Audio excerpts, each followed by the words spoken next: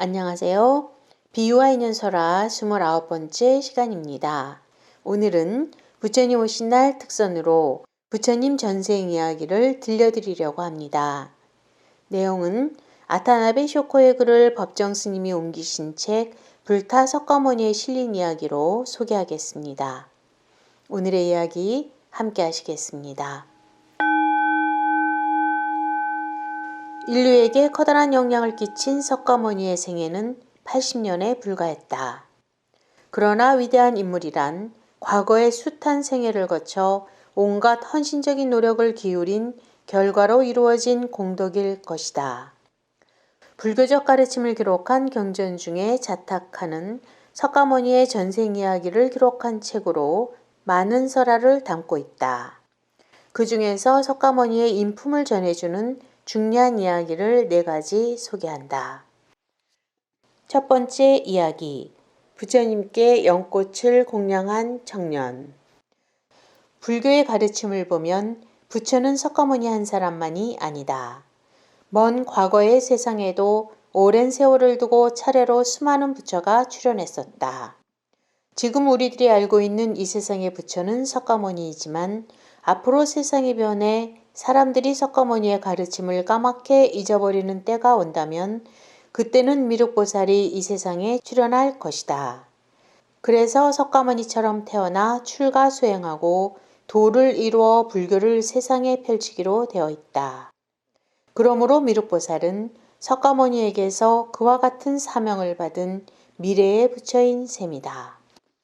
마찬가지로 지금의 석가모니는 아득한 옛날 연등불이라는 과거의 부처에게서 그러한 사명을 받았다.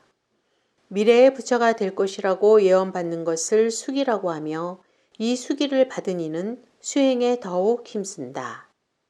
이와 같이 수행을 계속해 부처가 되기까지를 보살이라 한다. 보살이란 부처의 후보자 또는 후임자를 뜻한다. 여러 책들의 기록을 간추리면 석가모니의 수기는 다음과 같이 이루어졌다. 옛날 연등불이 이 세상에 계실 때 수메다라는 청년이 산중에서 열심히 수행을 하고 있었다. 그러다가 부처님이 출현하셨다는 소문을 듣고 사슴 가죽으로 만든 옷을 입고 산에서 내려왔다. 그동안에 그는 500명의 수행자들을 만나 밤낮없이 도에 관한 이야기를 나누었다. 모두들 그의 가르침을 듣고 무척 기뻐했으며 헤어질 때는 한 사람이 은전 한 잎씩을 내어 500잎을 그에게 주었다. 청년이 그 돈을 받아들고 그 나라의 수도로 내려와 보니 사람들은 모두 분주하게 길을 쓸고 고치며 향을 사르고 있었다. 이를 본 청년이 그 까닭을 물었더니 바로 그날 연등불께서 이 도시에 오신다는 것이었다. 청년은 매우 기뻐하면서 어떤 일이 있더라도 꼭 부처님을 뵙고 자신의 원을 이야기하리라 마음먹었다. 그때 마침 고피라는 왕녀가 지나가고 있었다. 물 항아리를 옆에 끼고 있었는데 그 속에는 7송이의 푸른 연꽃이 꽂혀 있었다. 청년은 왕녀에게 가까이 가서 청했다. 은전 100잎을 드릴 테니 그 꽃을 내게 주십시오. 그러나 여인은 그 청을 거절했다. 부처님이 이곳에 오시기 때문에 왕께서 목욕제기하고 이 꽃을 바치는 것이니 나눠드릴 수가 없습니다.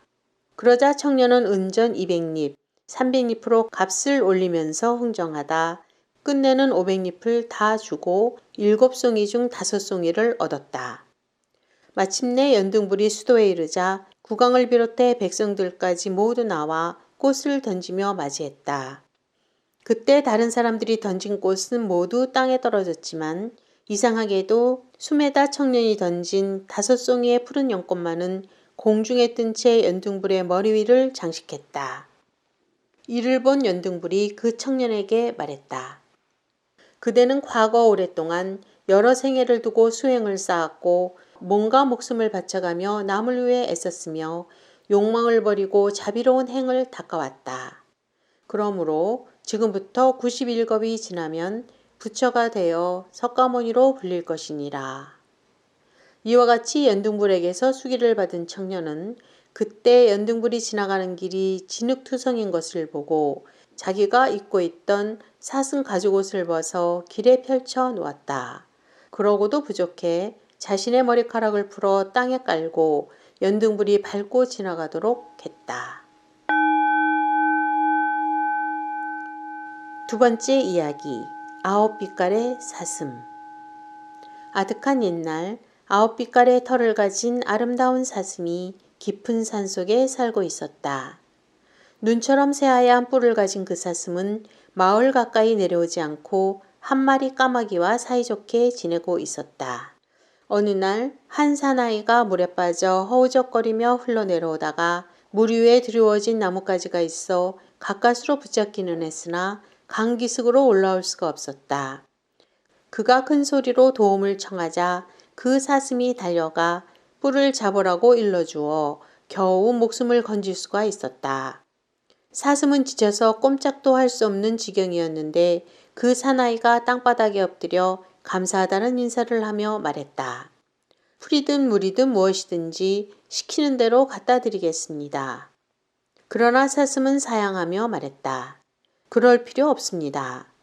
만일 저에게 은혜를 갚으려거든 제가 여기에 산다는 것을 아무에게도 말하지 말아 주십시오. 사람들이 제 거처를 알면 제 가죽과 뿔을 탐내어 저를 죽일 것입니다.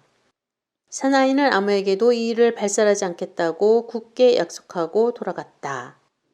바로 이 무렵 그 나라의 왕비가 아름다운 9빛깔 사슴의 꿈을 꾸었다.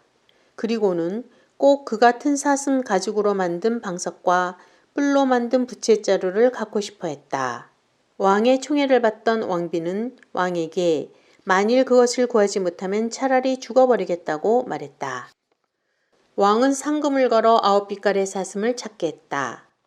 그러자 그 사슴을 보았던 사나이는 욕심에 눈이 어두워 왕에게 가서 자기가 그 사슴이 있는 곳까지 안내하겠다고 자청하고 나섰다. 그 순간 사나이의 얼굴에 갑자기 보기 흉한 종기가 돋아났다. 그럼에도 불구하고 그는 왕의 군사를 안내해 9빛깔의 사슴이 살고 있는 곳에 이르렀다. 친구인 까마귀가 급히 이 일을 알렸을 때 사슴은 이미 군사들에게 둘러싸여 있었다. 사슴의 이야기를 듣고 난 왕은 은혜를 저버린 사나이에게 벌을 주고 사슴의 목숨을 살려주었다. 세 번째 이야기, 원숭이와 왕. 그 옛날 석가모니의 전생이 원숭이 왕이었던 시절의 이야기다. 원숭이 왕은 겐지스강 상류인 히말라야 깊숙한 곳에서 많은 원숭이들을 거느리며 살고 있었다. 그 강변에는 한 그루의 망고나무가 있어 해마다 많은 열매를 맺었다. 원숭이 왕은 일족들에게 망고 열매가 하나라도 강물에 떨어지지 않도록 주의를 시켰다. 너무도 맛이 좋은 열매이기 때문에 혹시 사람들이 살고 있는 곳까지 떠내려 간다면 반드시 원숭이들에게 불행한 일이 닥칠 거라고 예측했기 때문이다. 어느 날 나무 위에 있는 커다란 거미집에 가려있던 망고 열매 하나가 아무도 모르는 사이에 강물에 떨어져 바라나시까지 떠내려갔다. 왕은 이 망고를 먹어보고 일찍이 이처럼 맛있는 과일은 먹어본 적이 없었으므로 더 많이 먹고 싶어졌다. 그래서 여러 개의 뗏목을 엮게 해 수많은 신하를 거느리고 겐지스강을 거슬러 올라갔다. 마침내 상류의 숲에 다다라 그 망고나무를 발견한 왕은 맛 좋은 열매를 실컷 먹을 수 있었다. 그리고 그날 밤을 그곳에서 천막을 치고 쉬었다. 그런데 밤중에 문득 눈을 떠보니 원숭이 떼가 나무에 올라가 맛있는 망고를 따먹고 있었다. 왕은 곧 신하들을 깨워 활을 쏘아 원숭이들을 모두 잡으라고 명령했다. 원숭이들은 도망치지도 못한 채 그저 오들오들 떨고만 있었다. 이때 원숭이 왕은 원숭이들을 진정시킨 다음 높은 나뭇가지 중에서 강 쪽으로 뻗어있는 가지를 타고 건너편 강기슭으로 뛰어내렸다. 거기에서 기다란 덩굴을 주어 한 끝을 잡고 다시 이쪽 강변으로 돌아와 망고나무 끝에 잡아매려고 했다. 그러나 덩굴이 짧아 덩굴 끝을 잡고 그대로 매달린 채 다른 원숭이들에게 자신의 등을 밟고 덩굴을 타서 강을 건너 달아나게 했다. 그런데 원숭이들 가운데 심술꾸러기가 한 마리 있었다. 그 원숭이는 마지막으로 건너면서 일부러 원숭이 왕의 등을 힘껏 밟고 지나갔다. 그래서 원숭이 왕은 덩굴을 놓친 채 오도 가도 못하고 기진맥진 죽기만을 기다리고 있었다. 이러는 동안 인간의 왕은 줄곧 원숭이들이 하는 짓을 지켜보았다. 원숭이 왕의 행동에 감동한 왕은 날이 새자 강물에 뗏목을 띄워 원숭이 왕을 구해 치료해 주었다. 그리고 곁에 앉아 자세히 이야기를 들었다. 원숭이 왕은 왕으로서의 의무를 다하기 위해 자신을 희생해 가면서 원숭이들을 재난에서 구했다고 말해 인간의 왕을 깨우쳐 준 다음 숨을 거두었다. 자기 나라의 백성이나 말이나 군사나 마을이 두루두루 행복하게 살도록 하는 것이 왕의 참된 의무입니다.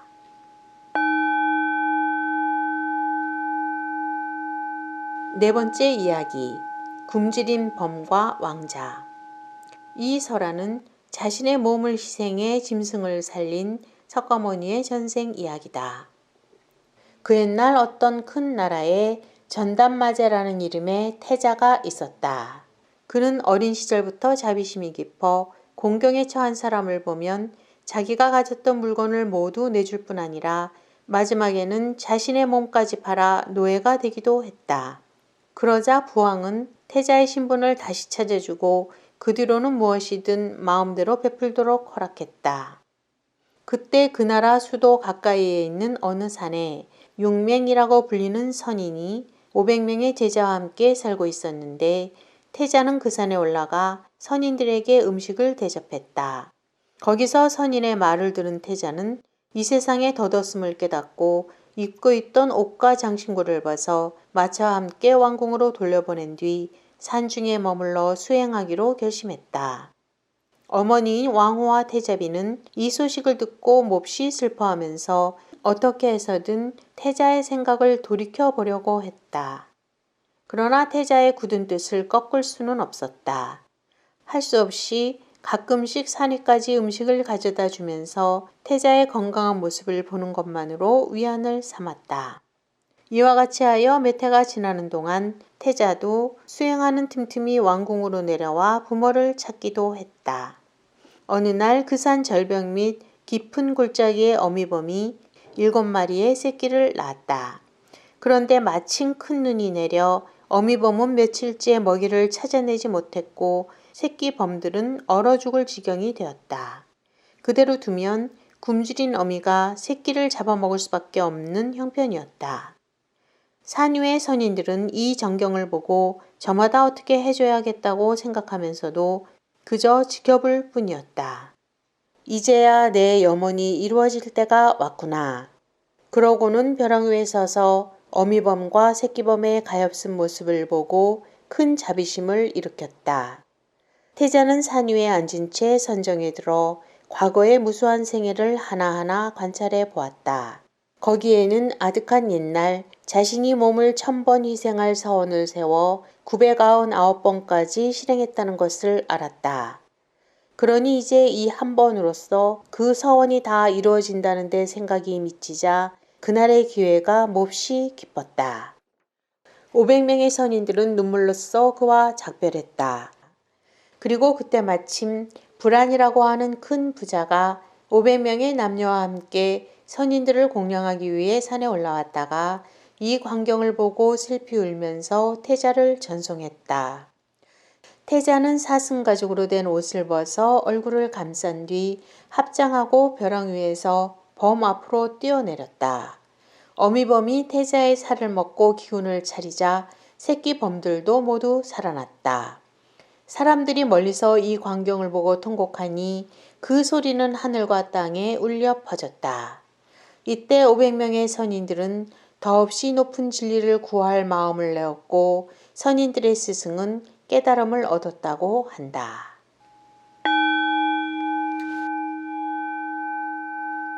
지금까지 부처님 전생 이야기 중에서 4가지를 소개해 드렸습니다. 오늘 부처님 오신 날을 맞이하여 이번 생에 가야 할 길을 보여주신 부처님께 지신기명합니다. 부처님의 가우지 매력이 여러분들과 함께 하시기를 바랍니다. 불바보TV의 원력향이었습니다. 감사합니다.